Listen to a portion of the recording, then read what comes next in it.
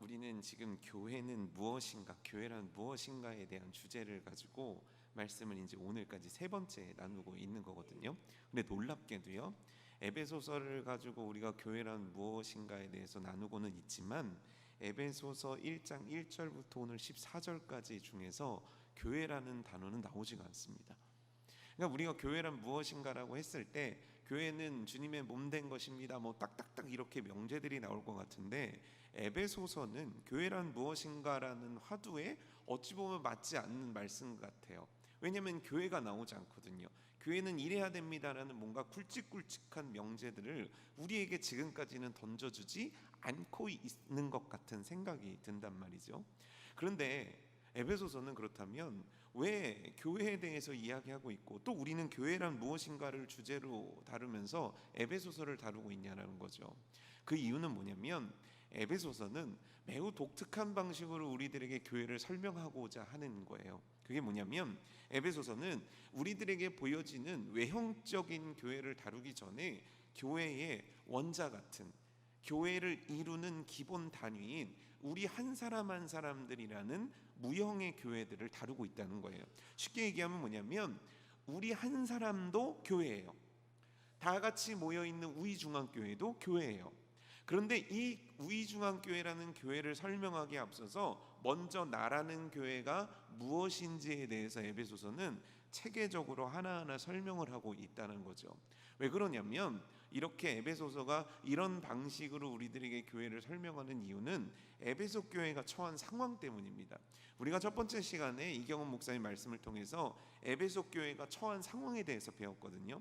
그 처한 상황 중에서 첫 번째 상황은 뭐냐면, 그렇게도 우상이 많은 곳이었다는 거예요. 이방 신들이 그렇게나 활성화된 곳이었다라는 거죠. 그래서 어느 정도였냐면, 세계에서 제일 큰 아데미 신전, 황제를 숭배하는 신전들이 즐비한 곳, 그런 상황이 에베소의 상황이었다는 거예요.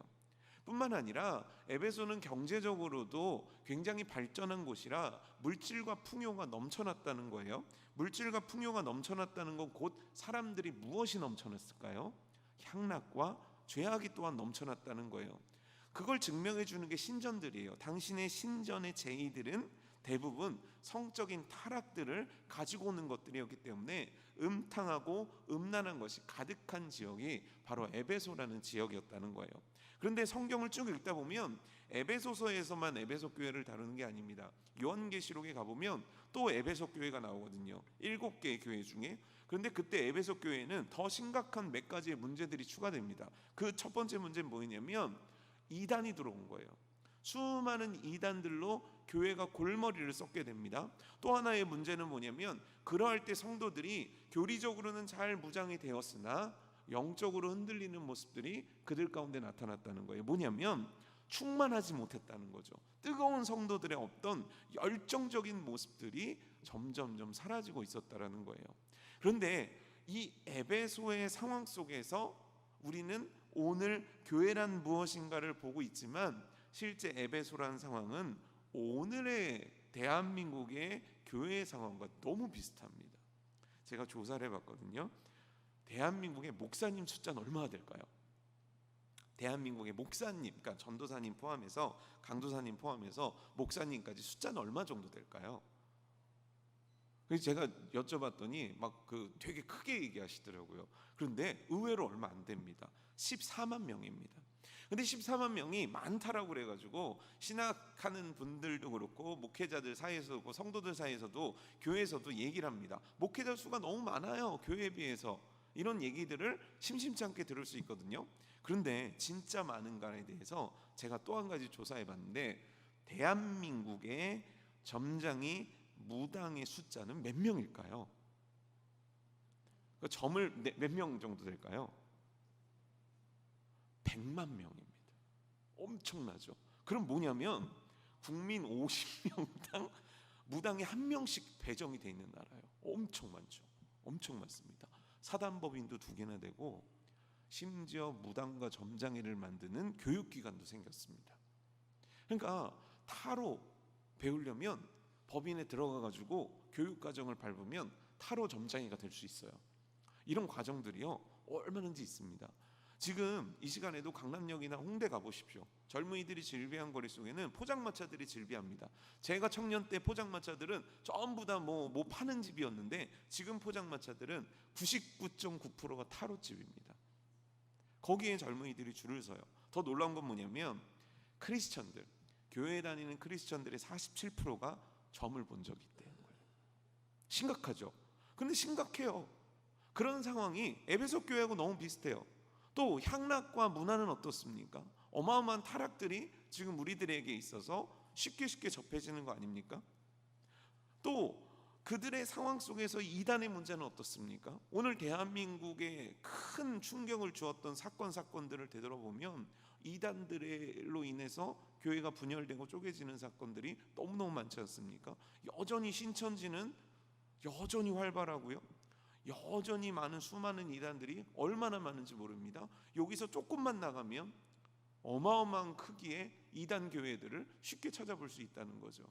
또 문제는 또 똑같습니다. 뭡니까? 그럼에도 불구하고 믿음을 지켜나가는 크리스천들 숫자가 많습니까? 아니면 세상 속에서 떠내려가는 크리스천들이 많습니까? 언제나 얘기하는 거지만, 그리고 항상 얘기하는 거지만, 예전의 어른들보다 더 뜨거워야 되는 지금의 세대들은 예전의 어른들만큼 뜨겁습니까? 예전의 어른들만큼 기도합니까? 그렇지 않거든요. 산기도, 새벽기도, 작정기도, 철야기도 이런 거 이제 추억의 얘기들 아닙니까? 실제 제가 어렸을 때부터도 계속 교회 생활을 해왔던 사람이지만 어느 교회를 가든지 꼭 있는 사람들이 있었어요. 그분들은 누구냐면 교회에서 밤새 기도하는 분들이 꼭 있었어요. 그런데 어느 시점부터 교회에서 그런 분들 찾기가 어렵다는 거예요. 열정적인 성도들의 모습, 뜨거운 성도들의 모습, 부르짖어 기도하는 성도들의 모습이 우리들에게 있어서 어느 순간 추억의 영역으로 넘어간다는 거예요. 에베소 교회하고 너무 유사한 거죠. 그래서 바울은 뭘 얘기하고 있냐면 정신 차리자라는 얘기를 하면서 에베소 교회란 무엇인가, 교회 너희들은 누구인가에 대해서 날카롭게 한 문장 한 문장씩을 써내려가고 있다는 거예요. 그리고 우리는 이 말씀을 나누면서 도대체 교회란 뭐냐, 나는 뭐냐, 나라는 교회는 어떻게 살아야 되고 우리라는 교회는 이 땅 가운데 어떻게 살아가야 되냐는 것을 우리는 배워야 할 필요성이 있다라는 거죠. 그래서 에베소서의 한 절 한 절 말씀을 통해서 여러분들이 그걸 깨닫기 원해요. 도대체 나는 누군가, 나라는 교회는 어떻게 살아가야 되는가, 우리라는 교회는 과연 어떻게 이 시대 가운데 살아내야 되는가라는 질문을 던졌으면 좋겠는 거죠. 어떤 목사님도 아니에요. 예전에 제가 그 중고등학교 전 시절만 해도 이런 얘기 정말 많이 들었습니다. 강대상에서 목사님들이 여러분 무조건 믿으십시오. 질문하지 말고 믿으십시오. 믿음은 뭐냐? 이성적으로 따지는 게 아니라 무조건 믿어야 되는 겁니다. 이런 얘기 안 들어보셨습니까? 전 되게 많이 들어봤거든요. 여러분 그게 믿음입니까? 아닙니다. 하나님께서는 우리들에게 그렇게 믿으라고 하신 적이 없습니다. 하나님은 인격적인 분이라 우리들에게 이성도 주셨고 감성도 주셨고 지성도 주셨고 영성도 주셔서 이 모든 것들을 통해 하나님을 알 수 있다라는 거예요. 그래서 우리는 성경 말씀을 읽으면서 질문을 던져야 됩니다. 왜요? 왜 이렇게 돼야 되는 거죠? 하나님 제가 알고 싶어요. 왜요라고 했을 때 따지는 왜요가 아니라 왜요 하나님? 이건 어떻게 된 거죠? 이건 마땅히 인간으로서 가질 수 있는 하나님께서 주신 매우 중요한 능력이라는 거예요. 그 능력을 가지고 우리는 오늘 질문해야 될 게 있습니다. 왜냐하면 오늘 설교 제목이 영광의 찬송이거든요. 그렇다면 내용은 뭐냐면 교회는 영광의 찬송을 올려야 된다라는 거거든요. 그럼 우리들의 질문은 이래야 됩니다. 왜 영광의 찬송을 올려야 되죠? 어떻게 영광의 찬송을 올리면 되죠? 우리는 이 문제를 가지고 좀 성경 말씀을 통해 좀 살펴보려고 합니다. 그 첫 번째가 어디 있냐면 첫 번째이자 전부인 이유가 있는데 바로 7절에 나와 있는 거예요. 다시 한번 볼까요? 우리는 그리스도 안에서 그의 은혜의 풍성함을 따라 그의 피로 말미암아 속량 곧 죄사함을 받았느니라. 여기서 핵심 단어 중에 하나는 바로 죄입니다. 죄가 뭐죠? 잘못하는 거예요. 뭘 잘못하는 거죠? 물건 훔치는 거 죄입니까 아닙니까? 죄죠. 거짓말하는 거 죄입니까? 죄 아닙니까? 죄죠. 누군가를 때리는 거 죄입니까? 죄 아닙니까? 죄입니다. 이런 죄들을 자범죄라고 하고 죄의 본성을 갖고 태어난 우리를 원죄라고 하는 거죠. 그래서 원죄와 자범죄를 통해서 과거에도 죄를 짓고 현재에서도 죄를 짓고 있고 미래에서도 죄를 짓는 불운한 태생을 갖고 있는 것이 바로 우리라는 존재라는 거예요. 근데 여기서 한 가지 잊고 있는 게 있는데, 우리가 죄를 진다고 했을 때 뭔가 잘못한 것이라고만 생각하는 거예요. 여기서 매우 중요한 게 한 가지 빠져 있어요. 그게 뭔지 아십니까? 죄를 누구에게 대한 죄를 지었냐는 거예요. 즉 쉽게 얘기하면 뭐냐면, 죄의 대상을 우리는 잊어버리고 내가 잘못한 것을 죄라고 생각한다는 거예요. 가장 중요한 건 뭐냐면, 죄에 대해 생각할 때 내가 어떤 죄를 지었느냐보다 더 중요한 건 이 죄를 누구 앞에서 지었느냐가 제일 중요합니다. 내가 누구에게 죄를 짓고 있는 겁니까? 하나님에게 죄를 짓고 있는 거예요. 그런 거, 하나님은 영원하신 분입니까? 영원하지 않으신 분입니까? 영원하신 분이에요. 그렇다면 우리들의 죄는 어떤 게 되냐면, 영원하신 하나님 앞에 영원히 짓는 거예요. 그럼 그 죄의 삭슨 사망이라 그 죄에 대해서 영원히 대가를 치를 수밖에 없는 것이고, 그 죄에 대해서 영원히 지옥이라는 형벌, 죽음이라는 형벌 가운데 있을 수밖에 없게 된 것이 우리라는 거예요. 이게 죄의 문제예요. 죄의 정말 심각한 문제는 죄의 대상이 하나님이라는 것과 하나님의 영원성을 우리가 침해했다라는 게 너무 치명적인 죄의 이유가 된다는 거예요. 그래서 우리들의 형벌은요, 그냥 몇 대 맞고 끝나는 게 아니에요. 그냥 이 지구에서 살아가는 인생 가운데 조금 슬프고 조금 아프고 조금 괴로운 게 아니에요. 영원해요. 영원토록 그 죄의 대가를 치르며 살아야 되는 게 우리라는 거예요. 그런데 오늘 말씀 우리가 7절에서 뭐라고 나와 있냐면, 그 죄에 대해서 뭐를 받았다고요? 사함을 받았다는 거예요. 죄가 사라져 버렸다는 거예요. 뭐로 말미암아 죄가 사라진 겁니까? 예수 그리스도의 그 보혈의 은혜로 말미암아 죄의 사함을 받았다는 거예요. 여러분, 노아의 방주 생각나십니까? 노아의 방주에서 하나님께서 저들의 죄를 보시고 지구를 홍수로 멸하시기로 하십니다. 그래서 홍수를 보내십니다. 수많은 사람이 죽습니다. 그랬더니 죄가 해결됩니까? 그랬더니 죄가 사라져 버립니까? 그랬더니 죄가 깨끗해져 버립니까? 아니에요. 그걸 알 수 있는 사건이 있죠. 노아와 그 아들들의 사건, 포도주에 취하여 저지른 사건, 그리고 펼쳐지는 인류는 어떻습니까? 생각하는 것부터가 죄악인지라. 이들의 죄는 점점점 커지지 줄어들지 않는다는 거예요. 뭘 의미하는 거냐면, 설사 그 죄를 해결하려고 홍수를 일으켜서 다 죽인다고 해도 죄는 해결될 수가 없는 문제라는 거예요. 그런데 이 죄를 해결했다는 거예요. 예수 그리스도의 보혈의 은혜로 말미암아. 어떠한 깊이로, 어떠한 측량할 수 있는 도구로, 어떠한 측량할 수 있는 무게로 측량할 수 없는 그 은혜로 말미암아 모든 죄가 사함받았다는 거예요. 그래서 그 표현을 바울은 뭐라고 쓰냐면, 풍성한 은혜다라고 표현하고 있는 거예요. 이 풍성한 은혜는 넘치는 은혜라는 거예요. 측정할 수 없고 책정할 수 없는 은혜라는 거예요. 이런 찬송이 있지 않습니까? 하늘을 두루마리 삼고 바다를 먹물 삼아도 하나님의 그 사랑 다 기록할 수 없도다. 여기서 말하는 하나님의 그 사랑이 뭡니까? 구원의 은혜를 그 어떤 도화지를 갖다 놓고 그 어떤 종이를 펼쳐놔도 다 적을 수가 없다는 거예요. 왜요? 측량할 수 없는 것으로 용서해 주셨기 때문인 거죠. 측량할 수 없는 은혜로 덮어주셨기 때문인 거죠. 측량할 수 없는 놀라운 보혈로 말미암아 그 모든 것들을 사해 주셨기 때문이라는 거예요. 그래서 오늘 바울은요 이렇게 표현하는 거예요. 그것은 죄 사함을 받은 그 피 흘림의 은혜는 풍성한 은혜라는 거예요. 풍성한 은혜. 여러분이 풍성한 은혜 깨닫고 계십니까? 이 풍성한 은혜가 오늘도 나에게 살아 있습니까? 내 영혼을 책임져 주기 위해서, 내 영혼의 죄를 해하기 위해서 하나님 그분이신 독생자 예수 그리스도께서 오신 그 풍성한 은혜에 대해서 우리는 우리 내면이, 우리들의 삶이 그 은혜에 대해서 감격하고 있냐는 거죠. 우리들 신앙에 매우 중요한 거예요. 오늘 하나님께서 내 기도에 응답해 주신 것 너무너무 감격한 겁니다. 오늘 내가 이렇게 예배 나와서 은혜 받는 건 너무너무 감격스러운 겁니다. 하지만 그 어떤 감격이 더해진다 하더라도 우리들에게 부여받은 이 풍성한 은혜보다도 우리를 감격스럽게 만들 수 있는 것은 없다라는 것을 우리가 깨닫는 우리가 돼야 돼요. 여러분, 너무 어찌 보면 오늘 이 문장 자체도 우리들에게 식상하게 들릴 수 있습니다. 왜냐하면 뻔하니까요.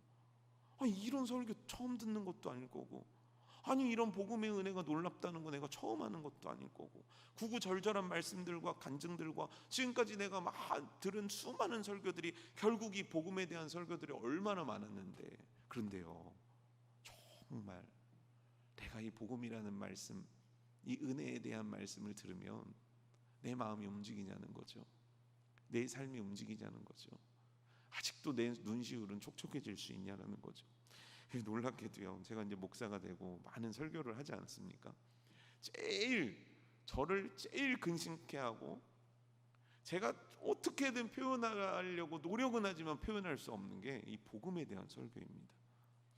결혼 전에는 요만큼이면 충분하다고 생각했거든요. 근데 결혼하고 아이들을 낳으니까, 아니, 이게 하나님이 나를 사랑해 주시는 이게 감당이 안 되는 거예요. 근데 목사 생활을 하면 할수록 이게 너무 넓은 거예요. 그런데 이거를 몇 줄로 담아가지고 짧은 시간에 이거를 설명하려니까 제가 감당을 못 하겠는 거예요. 그래서 어떤 설교보다도 저를 참 많이 괴롭히는 설교가 이 복음에 대한 설교거든요.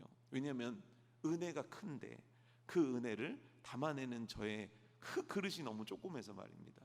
여러분, 하늘을 두루마리 삼고 바다를 먹물 삼아도 이 풍성한 은혜를 우리는 담을 수가 없는 거예요.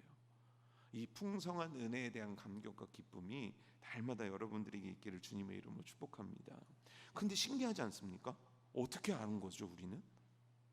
풍성한 은혜의 이 비밀, 이 진리의 말씀을 우리는 어떻게 한 거죠? 아니, 알 수는 있죠. 우리는 어떻게 깨닫는 거죠? 그리고 우리는 어떻게 믿게 된 거죠? 우리는 어떻게 받아들인 거죠? 그리고 말씀을 읽으면서 아, 그렇구나 날마다 우리는 어떻게 이 복음의 놀라운 풍성한 은혜에 대해서 깊이 깨닫고 있는 거죠? 그 이유가 뭐냐면 8절이거든요. 이는 그가 모든 지혜와 총명을 우리에게 넘치게 하셨다는 거예요. 이게 뭐냐면 알게 하셨다는 거예요. 하나님께서 알려주셨다는 거예요. 9절 초반절 보면 그 뜻의 비밀을 우리에게 알리신 것은 알려주셨다라는 거예요. 누가요? 하나님께서 알려주지 않으시면 누구도 복음을 알 수가 없어요. 하나님이 알려주지 않으시면 누구도 복음에 대해서 깨달을 수가 없어요. 하나님이 이 진리에 대해서 우리들에게 알려주지 않으시면 우리는 천년만년 성경을 읽어도 알기는 알되 깨닫지는 못하고 깨닫기는 깨달아도 내 삶에 적용하지 못하는 비극 속에 살게 된다는 거예요. 제가 아는 분이 성경을 15번 읽었는데 하시는 얘기가 안 믿어진대요. 그런데 어떤 사람은 한 번 통독도 안 했는데 그냥 믿어지고 그냥 이해가 된다는 거예요. 왜요? 하나님께서 그 모든 지혜와 총명을 우리에게 주사 알게 하시는 은혜가 우리 가운데 있기 때문이라는 거죠. 그런데 이 알게 하시는 은혜 가운데 놀라운 것 하나를 지금 얘기하고 있는데 9절에서 말입니다.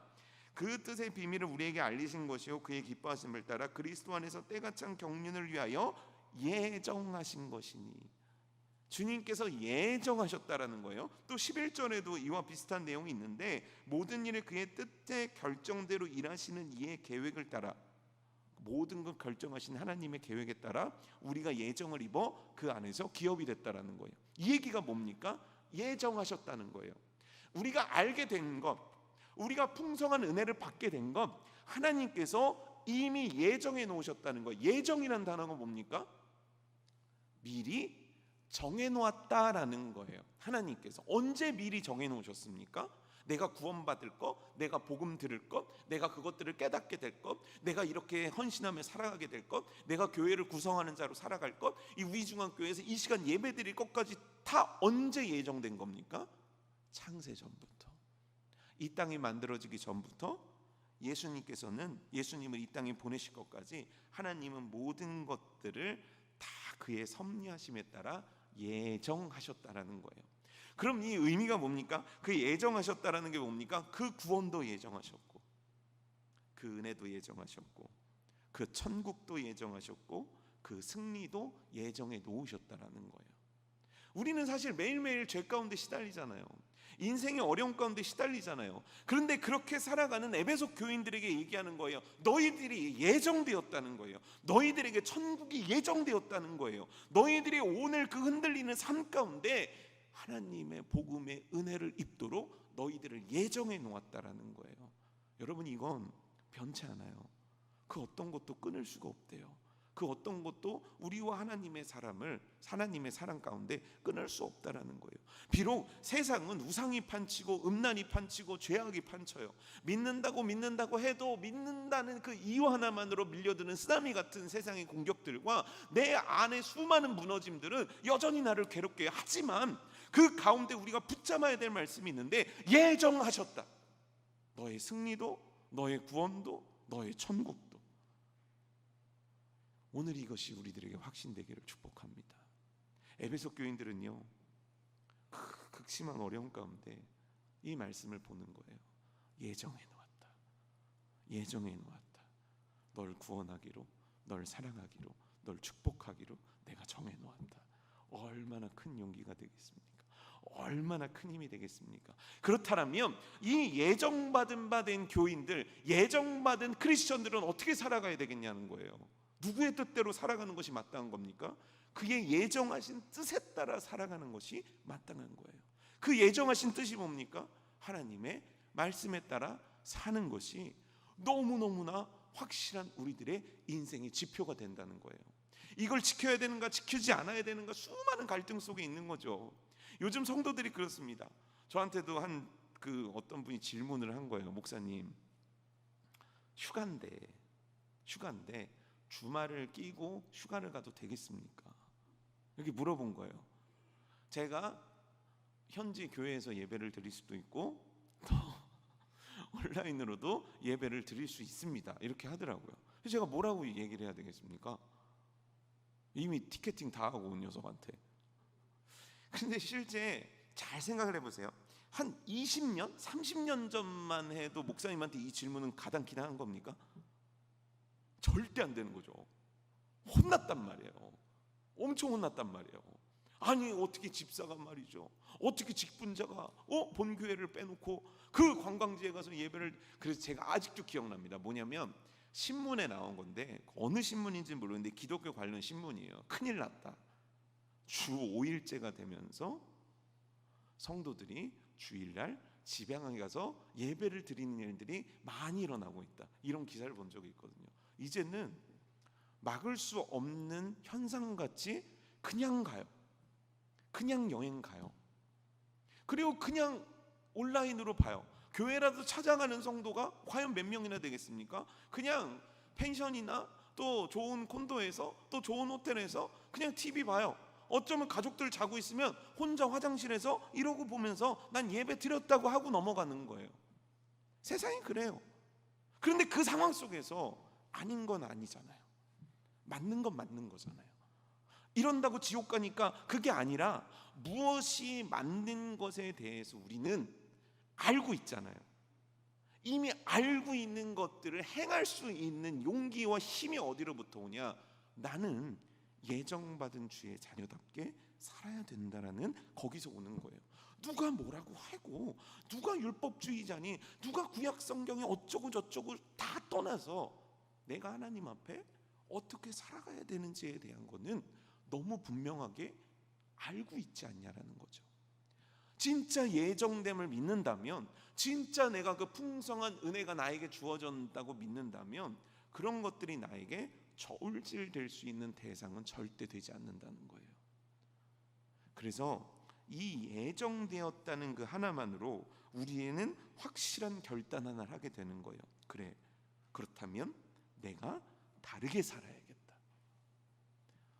선택받고 예정되어서 하나님의 섭리 가운데 내가 오늘을 살아간다면 나는 다르게 살아야겠다.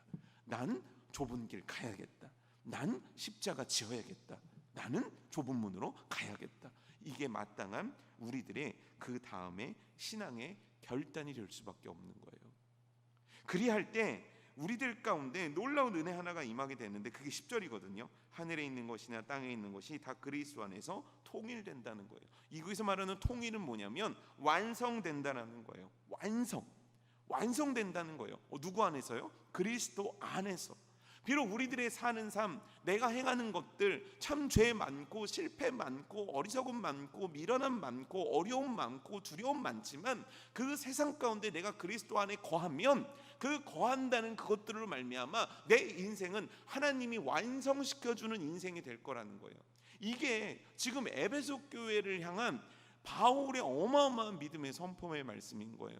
너희들은 풍성한 은혜 받은 자야. 그런데 그걸 어떻게 알았니? 하나님께서 너에게 알려주셔서. 어떻게 알려준지 아니? 이 모든 것들이 다 하나님의 섭리 가운데 예정된 거예요. 그리고 섭리 가운데 있어서 주의 뜻 따르는 그리스도 안에 있다면 하나님께서는 어느 날 모든 것들을 완성시켜 주실 거야. 우리들에게 소망의 메시지를 전달하고 있다라는 거예요. 그래서예요.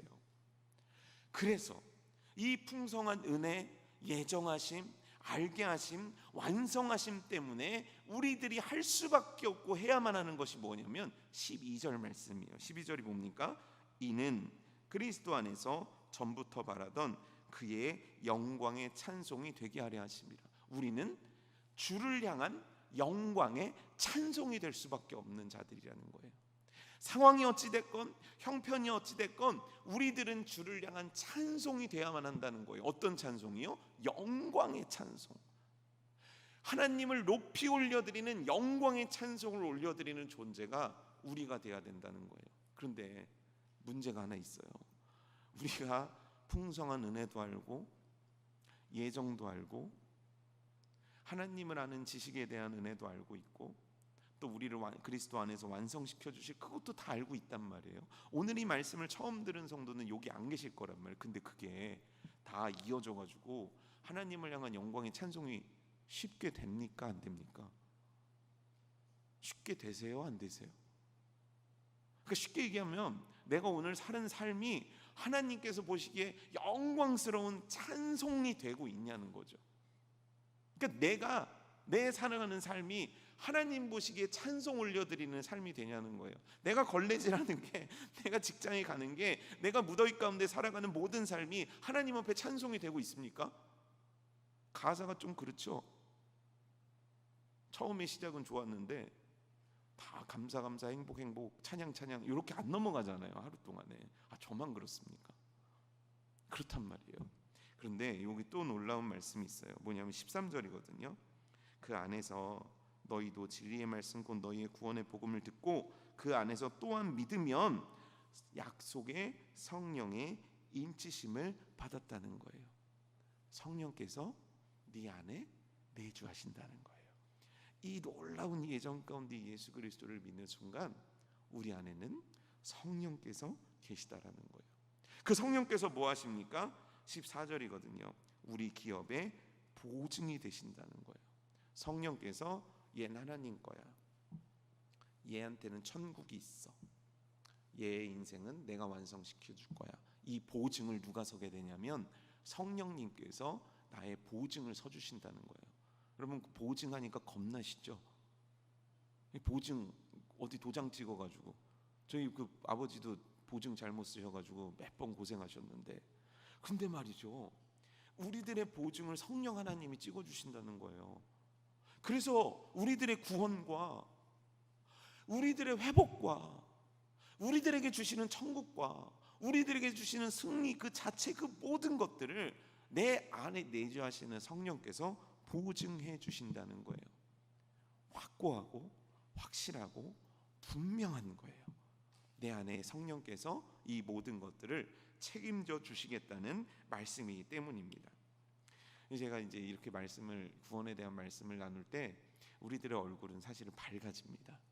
그런데 이 밝은 얼굴이요 몇 가지 단어만 딱 떠올리면은 다시 어두워집니다.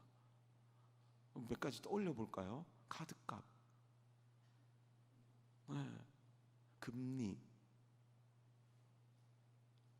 빚, 자녀, 건강, 노후, 부모님 어떠세요? 뭐가 확 오십니까? 뭐 다 준비해 놓으시고 아무 걱정 없으십니까? 제가 누군가한테 질문을 받았거든요. 왜 현대 크리스천들은 천국을 소망하지 않습니까? 그렇잖아요. 천국 소망. 얼마나 멋진 말입니까? 왜 천국을 소망하지 않습니까? 라고 했을 때 제가 이렇게 대답했습니다. 왜냐면요, 현대 크리스천들은 천국을 돈으로 살 수 있기 때문입니다 라고 얘기했어요. 실제 우리들이 그리는 천국의 이미지는요 100억이면 돼요. 몇십억이면 된다니까요. 실제 삶이 천국으로 변하는데요 10억이면 된다 될걸요. 아마 대부분 성도님들이요. 사실 그렇잖아요. 이 빚만 없으면 천국 될 텐데, 내 노후만 보장되면 천국 될 텐데, 한강뷰에서 살면 천국 될 텐데. 실제 자본주의 가운데 살아가는 우리들, 이 만몬 시대에 살아가는 우리들에게 있어서요 돈이면 천국을 살 수 있는 것 같은 착각을 하며 살게 돼요. 그래서 실제 우리들의 문제의 70-80%는 돈 몇 억이면 해결되는 거고요, 거기에 자녀 더하고 거기다 건강까지 다 하면요 우리들 인생의 99.9%의 문제는 다 사라져 버립니다. 실제 그렇습니다. 삶이 그렇다는 거예요. 그래서 아무리 천국에 대한 소망을 얘기하고 아무리 이 복음의 은혜가 얼마나 귀합니까? 이 풍성한 은혜를 얘기해도 들을 때는 감격스럽지만 삶에 적용을 할 때는 항상 뒷순위로 밀려버리는 거예요. 왜냐하면 우리들에게 더 중요한 것이 항상 있으니까요. 그 중요한 게 뭡니까? 지금의 삶이라는 거죠. 이거는요 에베소 교인들도 초대교인들도 우리들의 신앙의 선배들도 똑같았다는 거예요. 그리고 놀랍게도요 이 고민은 10대나 20대나 30대나 40대나 50대나 60대나 70대나 똑같다는 거예요.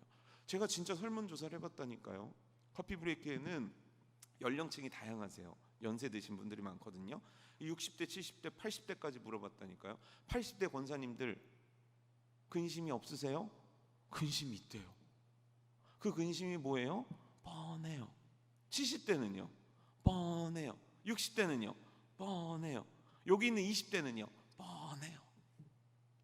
결국 그것 때문이에요. 그것 때문에 내 안에, 내 삶에 하나님께 영광의 찬송이 되어야 될 내 인생은요 슬프고 우울하고 아픈 노랫밖에는 나오지 않아요. 분명히 구원받은 자로 예정받은 그 확고함, 인생의 확고함, 미래에 대한 확고함, 너무 확실하게 성경이 그것들을 증언하고 있음에도 불구하고 우리들은 삶에 항상 상주하는 그 문제들 때문에 어떤 현상이 있냐면 내 인생과 내 삶과 나의 하루와 나의 말과 나의 기도는 영광의 찬송이 되기가 너무 힘든 거예요. 그 감격에 차오르는 영광의 찬송이 되기 힘든 거예요. 예정되었다 알아요. 구원받았다 알아요. 그렇지만 그게 오늘 나로 하여금 찬송하도록 만드는 내 마음의 벅찬 어떤 것으로 나오지가 않아요. 그 이유는 간단해요. 내 삶의 문제들 때문이에요. 전설교 초반에 에베소 교회의 문제와 현대 문제와 너무 비슷하다는 얘기를 했거든요. 그런데 너무 재밌는 사건은 이거예요. 보세요. 에베소 교회 같은데, 에베소 지역 같은데 교회가 생겼어요. 기적입니까? 기적 아닙니까? 기적이죠. 그런데 그 기적이 생겼어요. 그런데 이 교회는 그 기적보다 현실의 어려움 속에 감싸 있는 거예요. 대한민국에 교회가 세워졌어요. 우리 집안에 나 같은 사람이 예수님 믿게 됐어요. 우리 집안에 나 같은 사람이 크리스천이 됐단 말이에요. 내 친구들 중에 나 같은 사람이 크리스천 됐어요. 기적입니다. 그런데 이 기적의 기쁨은 어느 순간 다 사라져버립니다. 어찌 살면 좋을꼬, 무엇하면 좋을꼬, 걱정과 근심과 불안과 염려와 해결할 수 없는 문제들로 다 나에게 있어서 풍성한 은혜는 어디로 가버리고 영광의 찬송은 다 어디로 가버린다는 거예요. 사단은 죽을 때까지 우리를 그렇게 몰아갈 거예요. 영광의 찬송되지 못하게 말입니다. 영광의 찬송을 올려드려야 되는 교회의 사명을 감당하지 못하도록 우리를 계속 그렇게 몰아갈 거예요. 끊임없는 문제를 줄 거고요, 끊임없는 저항도 줄 거예요.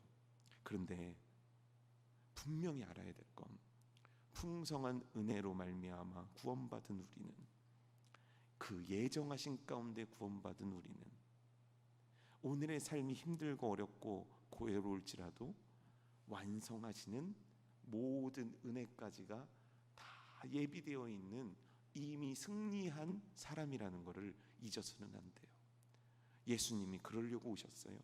하나님께서 우리를 그렇게 승리 주시려고 이 땅 가운데 거하게 하셨음을 믿어야 되는 거예요. 오늘 교회의 사명은 무엇입니까? 어렵더라도, 힘들더라도, 아프더라도, 괴롭더라도 영광의 찬송을 올려 드리리라. 이것이 바로 저와 여러분들의 오늘의 삶 되기를 주님의 이름으로 축복합니다.